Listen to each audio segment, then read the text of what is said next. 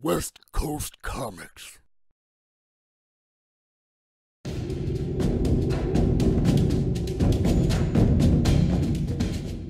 Hey guys, how you doing? So we are back, and this is part 2 to 10 great video games. And just to give you a little quick little recap of what we did in the first one, number 1 was the Battle of Olympus, number 2 Rogue Squadron, number 3 Gladius, number 4 X-Men The Clone Wars, and number 5 Daggerfall.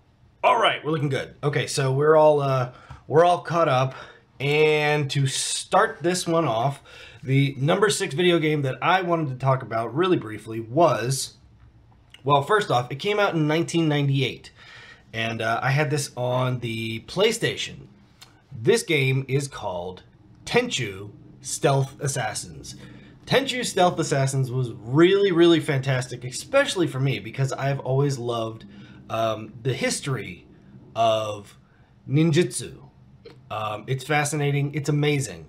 Ninja were not assassins. I know it says it in the name of the game, Tenchu Stealth Assassins.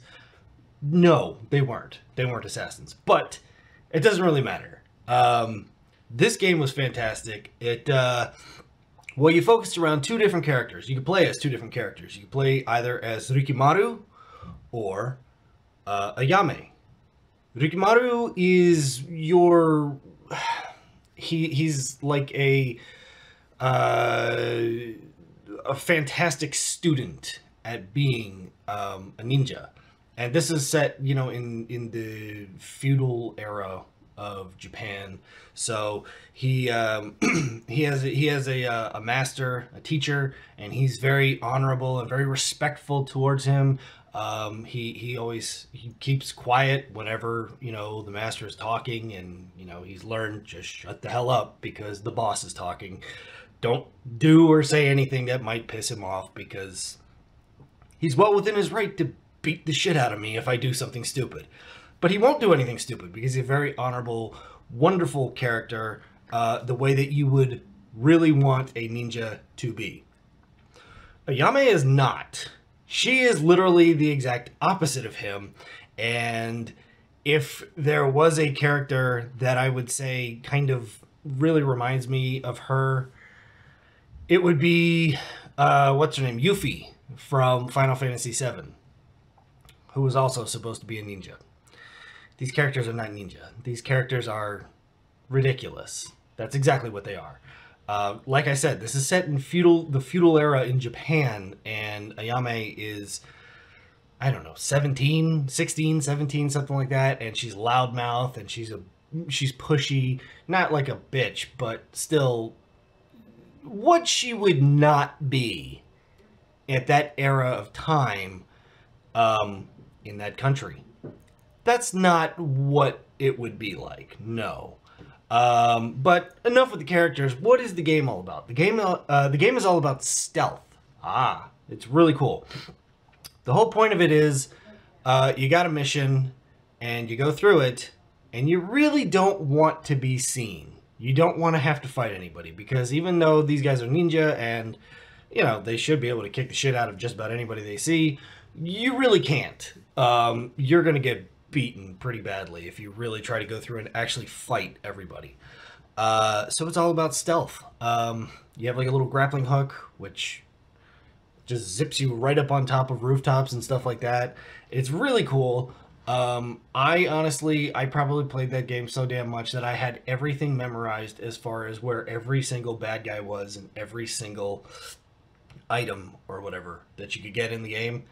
I knew where it all was because I played it so damn much, because there really wasn't stealth games like that out at the time. So it was just, don't be seen. Ever. Never be seen. And I really loved it. I loved it just for that. It was fantastic. If you ever get the chance, or if you've ever had the chance to play Tenchu, you probably agree with me. But if you haven't played it yet, try to find it. Stealth Assassins. This was the first one. The graphics on it looked like garbage, but this was also 1998. So you can forgive me for that. Moving on.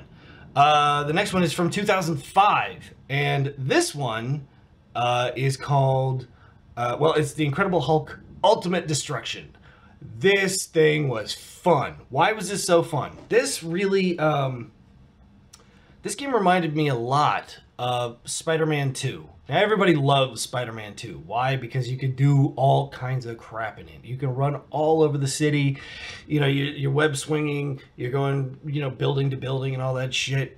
Well, with this, you can literally do all of that. Now, obviously, the Hulk, he doesn't web swing, but he can run right up a building. Doesn't have a problem with that. He can climb up a building. Doesn't have a problem with that. Big difference also is that he can punch the building and destroy it. Whereas Spider-Man, not so much. I guess that's why this is called Ultimate Destruction. Because in The Incredible Hulk Ultimate Destruction, you could destroy everything. It was fantastic. There was so much fun shit to do. I might be wrong, but I think this was like the first game where the Hulk could pick up a car and split it in half and then smack it together and use them as, like, the car, use it as boxing gloves. Did you need to do that? No. But was it cool to do? Hell yeah, it was cool to do. It was awesome. You're picking up a friggin' car and you're ripping it in half, and now it's boxing gloves for the Hulk. That's awesome. I loved it. I have no idea why it didn't get as much, it wasn't as highly regarded as Spider-Man 2 was. I have no idea, because this is basically the same thing, except now you can just break everything. But, you know, I guess everybody loves Spidey, and a lot of people are afraid of the big green guy. I don't know. But yeah, Incredible Hulk Ultimate Destruction, tons of fun. Love that game. Moving on to 2012. Now this is a sequel to a really great game. Actually, this is one of the few times where I would say the sequel is better than the original. Pretty much in every way around. This is Borderlands 2. I love Borderlands 2. I've mentioned this before in other videos and stuff like that. I absolutely love Borderlands 2. It's friggin' hilarious. And the thing that really, like, the thing that really makes me love it is the writing. I know one of the lead writers on it is Anthony Birch, who is the brother to Ashley Birch, who also was in the game, Borderlands 2. She played Tiny Tina. She has her own YouTube channel, and if you've never seen her before, I very much, you know, I would tell you, go check her out. It's Hey Ash, What You Plan? Funny as hell. She's hilarious. Her brother's hilarious. Everybody, their whole damn family is just friggin' hilarious. Check them out if you haven't seen them already, but do watch the rest of my video first. But then go check them out. I love Borderlands 2. I love all of the characters. And I would definitely say that my favorite character from the all of the Borderlands stuff, all the Borderlands games, Borderlands 1, 2, and then the pre-sequel, my favorite character is, in fact, Sir Hammerlock, who was introduced in Borderlands 2. I love the guy. He's friggin' hilarious. He's very, very posh, very British, very droll, but with a fantastic sense of humor. It's like, well, I love the guy. I love him, and I love the story. There's so much going on in Borderlands 2. That's not really a short game. It's a funny thing where a lot of video games are, nowadays they're a lot shorter than when I was younger. Nowadays you can beat video games in, like, I don't know, a night, maybe two nights, a weekend. You could probably beat it in a weekend.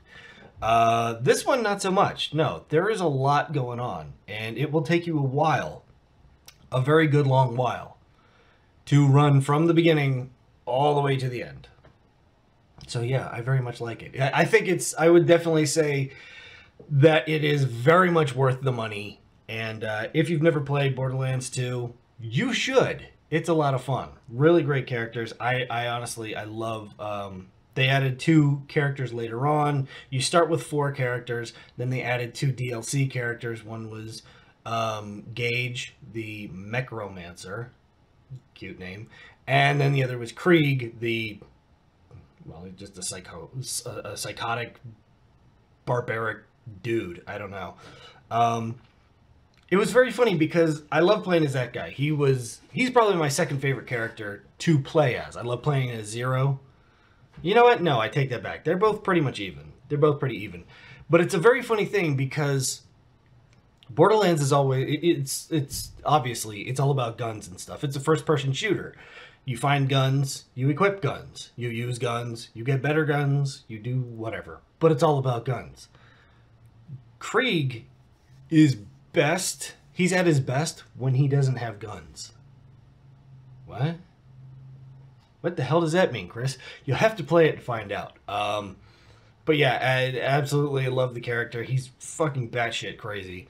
Like, really, legit, super duper crazy. In fact, one of the funnier things about the character himself, Krieg, is that he is crazy, and he has an inner monologue in his head talking to him a lot of the time, and the inner monologue is actually the sane one. What? I love it. I love how they did that. It's awesome. Now we're going to move on to something from 2013. So not that long ago.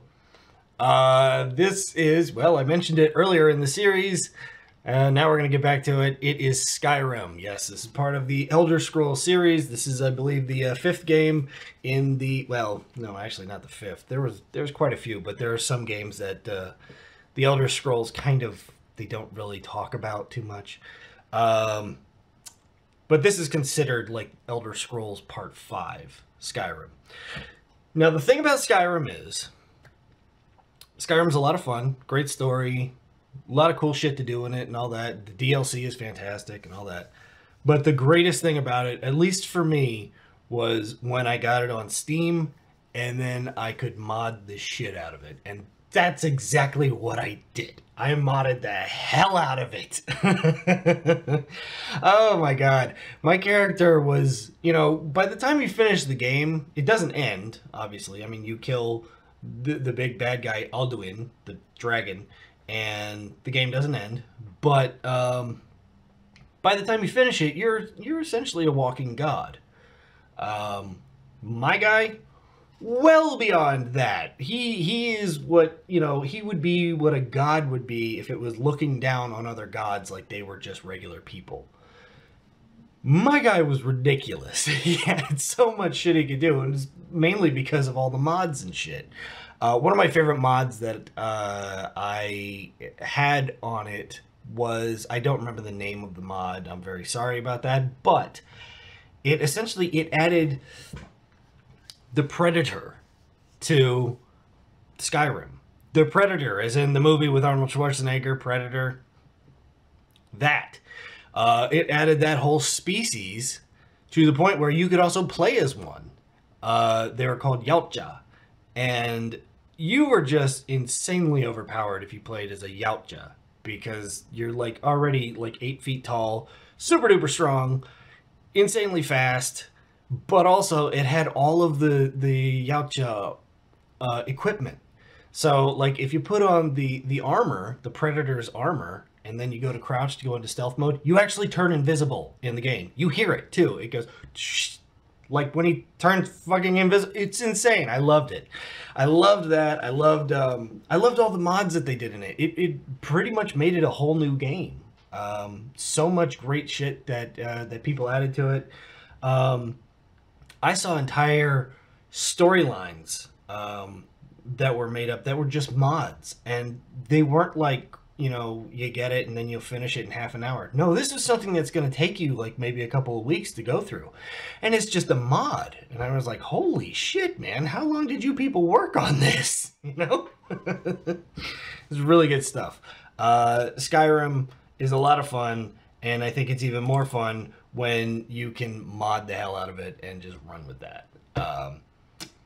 But now we're moving on. We're going to the very last one. This is being number 10 of my 10 great video games video. And this one comes to us from 2005. And if that doesn't give it away at all, this was made by LucasArts. Anybody? I'm sure somebody has it by now. This is Star Wars Battlefront 2. This is by far the best Star Wars game ever. Ever. Easily. Major differences between Battlefront 2 from 2005 and then Star Wars Battlefront, which just came out last year, 2015. Okay, major differences. The one thing that I will give the 2015 one over 2005 is the look. It looks better. It looks so much better. And that should go without saying because it's 10 friggin' years later. It better have looked better than something that was from 2005, because if it looked the same or worse, wow, they're really doing something wrong. Yeah, Battlefront now looks gorgeous. Is that enough to put it on the same level as Battlefront 2? Not even fucking close. Not even ridiculously close. Oh my god, Battlefront 2 is by far the superior game. The amount of stuff that you can do in it, the differences between how things work in it, it's night and day. When you play Battlefront now, you're just whoever you are. You are regular. If you're on the Imperials, you're just regular Stormtrooper, and if you're on the Rebels, you're just regular Rebel Trooper. That's it. The only way that things get different is what guns you pick. And by that I actually mean what gun, singular, that you pick. Because you don't have sidearms. Why? I don't understand that. You can pick to have sidearms. Those are items that you can choose to have. But in Battlefront 2, here we go. In Battlefront 2, there was classes. So you could be a stormtrooper, sure, or you could be a scout trooper, or you could be a shock trooper, or you could be a dark trooper, or an imperial commander, or this, or that, or the other, or whatever. But you could pick to be these, and then you get different weapons and different abilities. Holy shit, doesn't that kind of make sense? Yeah, it does.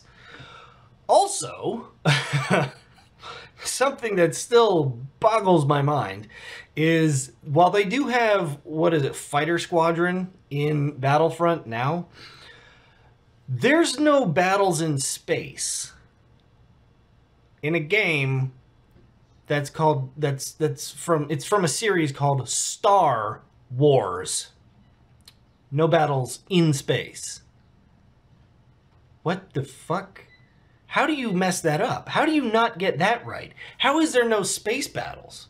How could there not be any space battles? There's supposed to be space battles. It's fucking Star Wars. That makes sense. I don't get it. Yeah, Battlefront 2 is just well and beyond greater, more impressive, smarter, better story, because there actually is one, than Battlefront, the new one. It's amazing, the difference. It's amazing what I guess they just figure that with the new one, that, like, the looks, that'll be enough to keep people coming back.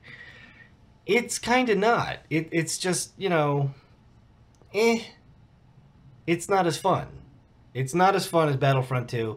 And one of the other things that I absolutely loved about Battlefront 2, in fact, my favorite thing about Battlefront 2 was the hero fight, where you either pick, you be on the side of the good guys or the bad guys, and you can pick any one of the bad guys or the good guys, whichever one, whichever side you're on, and then you and all your hero buddies just go at it against each other. Now, of course, I am always going to pick Darth Vader, and I did. I always picked Darth Vader, because Darth Vader was easily the best character in the game, because he has the friggin' choke. All you gotta do is just, you see somebody coming at you, boom, choke them. They're fucked. It doesn't matter who they are, they're fucked, because now you're choking them. And then you can very casually, leisurely walk over to them and just zoop, cut them in half. It's the easiest way to play the fucking game, and I love it. I love that shit. Anywho, that does, in fact, wrap it up for 10 great video games, and I hope you guys enjoyed this little series. I am going to be doing more top 10s, and I hope you guys throw some more ideas out to me. You guys have given me some great ideas already, things like top 10 bands, top 10 favorite types of music. Somebody even gave me one, top 10 favorite female Power Rangers. That's very specific. I'll have to think about that one to figure out who to put on that list and where and how and why and all that kind of stuff. But yeah, whatever ideas that you guys have, throw them out at me. I'll catch them. I'll catch it. Okay? Alrighty. So I hope you guys enjoy the video. If you haven't already, subscribe to my damn YouTube channel, and you can check me out on Twitch. On Twitch, I'm at WCCLACT. So there you go. There's that and that. I will talk to you guys later. Bye-bye. Bye-bye, guys.